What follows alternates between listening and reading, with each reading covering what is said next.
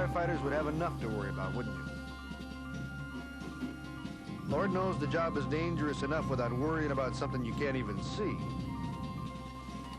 Something as powerful as it is invisible. Something that'll get you.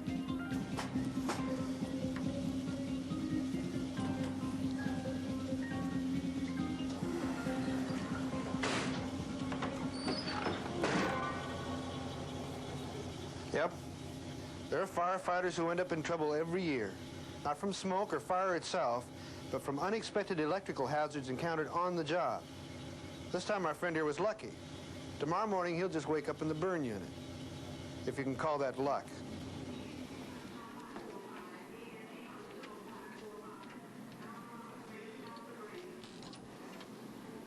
Me? I believe in preventive medicine.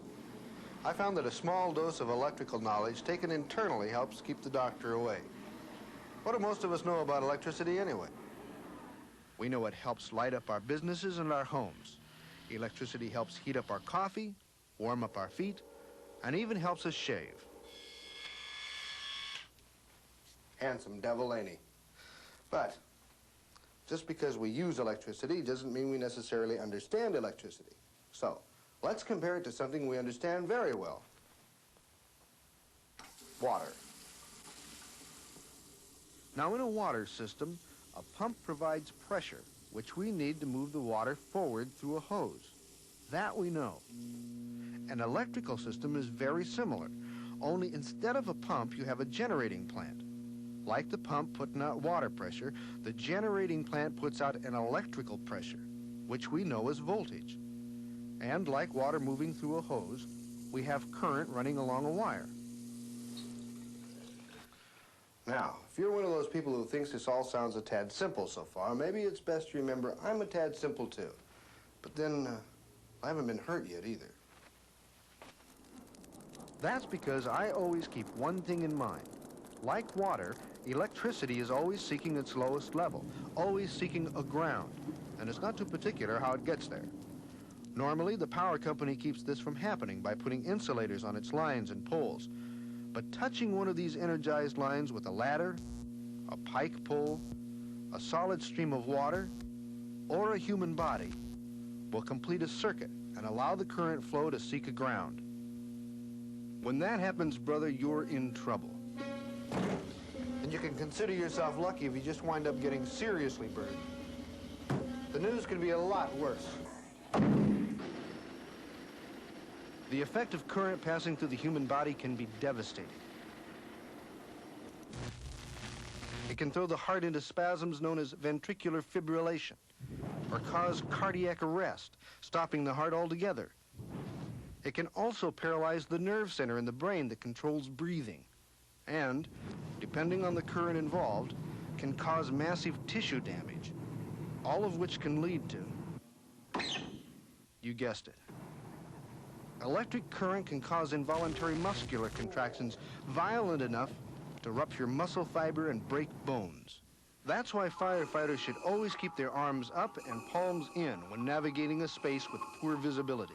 If you should walk into a hot wire, your muscles will contract toward you and throw you clear of the wire fast.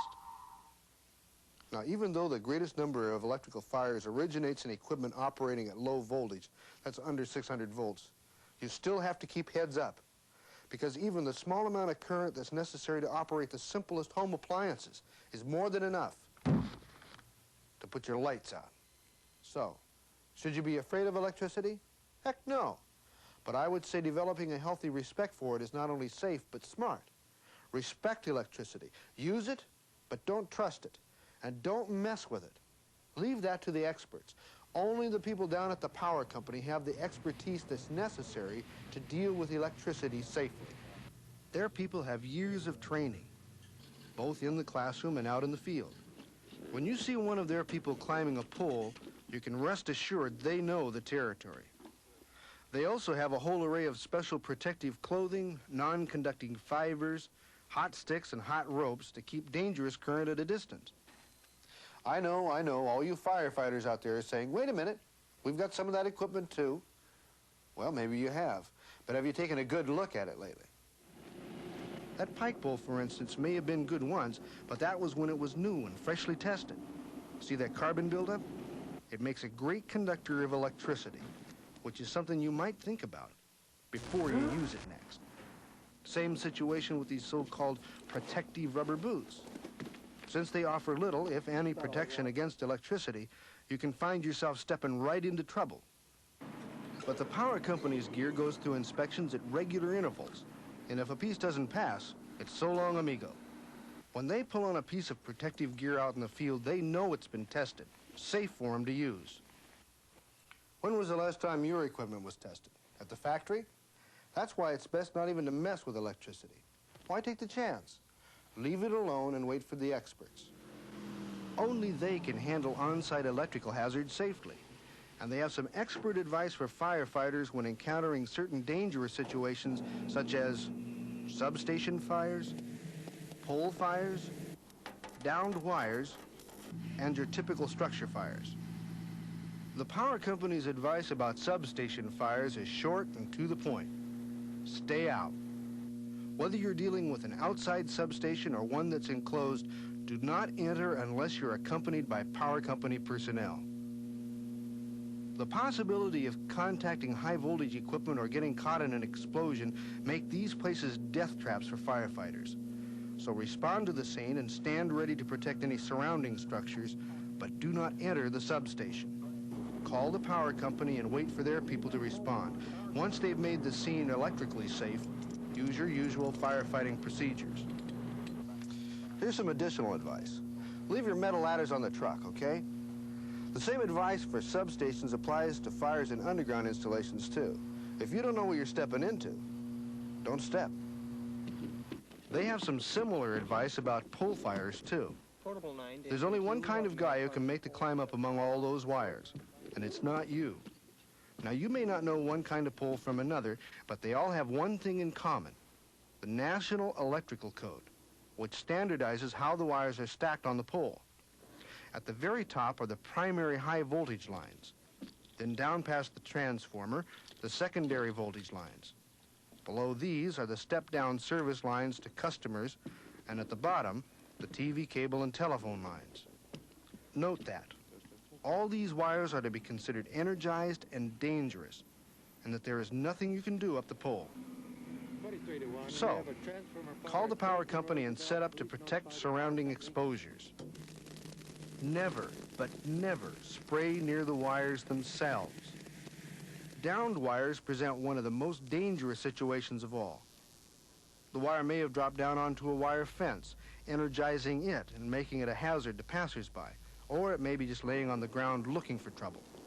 In any event, when a wire's down, it should be regarded as electrically energized, and your immediate first steps are the most obvious. Guard the area to protect curious onlookers, and call the power company for assistance. Of course, you should spot the apparatus carefully, staying out from under not only the wires immediately involved, but out from other lines down the way. The tension released by the broken line may weaken other poles or towers nearby. Mainly, if you don't really need to do anything, don't. Just continue to guard the scene until linemen arrive to lend assistance. Hold it. I already know your next question. Sometimes a downed wire situation does require more action. Downed wires involving people, for instance. Say you've just arrived on the scene to find a car has hit a pole. A fallen wire has energized the vehicle, with its occupant still inside. A call is made to the power company, but then what? It's going to take them a while to get there, and that person's still inside the car. You can't just stand there, or can you? Yes, if the victim is unconscious, wait for the power company personnel to arrive and clear the vehicle. Do not touch the car or the victim. Do not attempt to remove the wire with pike poles. Do guard the scene until aid arrives. The victims will be safe as long as they remain inside the car. Remember how electricity is always seeking a ground? Well, as long as the occupant is inside the car, they and the vehicle have the same potential and no harm will come to them. But should the occupant try and step out of the vehicle, they would provide a path to ground that could prove fatal.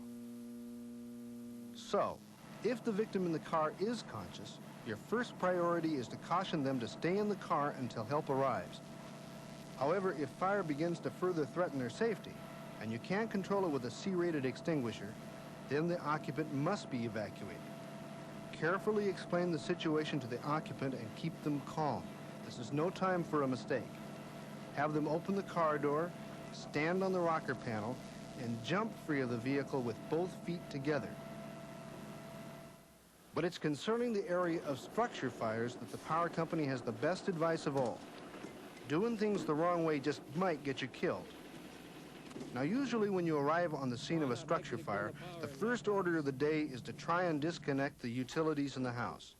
So a firefighter is sent to flip the breakers. Well, that'll work a lot of the time, but sometimes it doesn't. And that's when things start to get tricky. Someone usually gets the bright idea to pull the meter and kill the power. And that's their first mistake. Get it straight. Meters are not switches. They're measuring devices. And trying to pull a meter could be the last thing you ever do. Watch this experiment. This is what can happen when you pull a meter and it shorts out at the base. Pretty, huh? The possible burns, eye damage, or even loss of life just aren't worth it. Ask the boys in the burn unit. They'll tell you. They'll also tell you that grabbing a pair of wire cutters and attempting to cut the service drop to the house isn't the swiftest move either. Cutting them incorrectly will cause hazardous arcing, damage the cutters, and, well, you know. Never attempt to cut service wires yourself, and never attempt to pull a meter. Try the fuse box or circuit breakers first. If that doesn't work, keep the public clear of the scene and call the power company. Avoid placing aluminum ladders by the weatherhead or service drop. And while maneuvering roof ladders into position, keep an eye out for possibly energized wires. Finally, watch out for all gutter work, aluminum siding, and other possible conductors until power company personnel disconnect the service and give the all clear. Mainly, just try and be aware of the potential electrical hazards lurking at the site of a fire, and don't go looking for trouble. Arriving at a fire code 3 is one thing.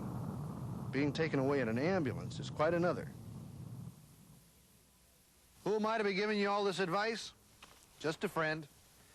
Maybe the best friend a firefighter ever had when things start popping.